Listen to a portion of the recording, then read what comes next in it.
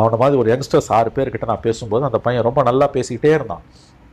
நான் அவனை ஒரு கேள்வி கேட்டேன், நீங்கள் விஜய்க்கு தானே ஓட்டு போடு. ஆமாம் சார். விஜயால் இந்த தமிழ்நாட்டோட பிரச்சனைகளை தீர்த்திட முடியுமா? தீர்க்க முடியாது சார். அதுக்கடுத்து அவன் சொன்ன வார்த்தை, ஆனானப்பட்ட திமுகவாலே தீர்க்க முடியல, எக்ஸ்பீரியன்ஸ்டு பொலிட்டிக்கல் பார்ட்டி, கவர்னன்ஸ்ன்றது இன்னைக்கு இந்தியா பூரா இல்லை உலகம் பூராவே பெரிய ப்ராப்ளமாக இருக்குது சார். அந்த தெளிவு வந்து எனக்கு இட் ஷுக் மீ, என்னை அதிர்ச்சிக்கு உள்ளாக்குச்சு. நான் விஜய்க்கு தான் ஓட்டு போடுவேன்றான். படித்த பையன், ஒரு ரிட்டையர்டு போலீஸ் ஆஃபீஸரோட பையன், கிராஜுவேட், அவன் இன்ஜினியரிங்க்கு கிராஜுவேட்டு.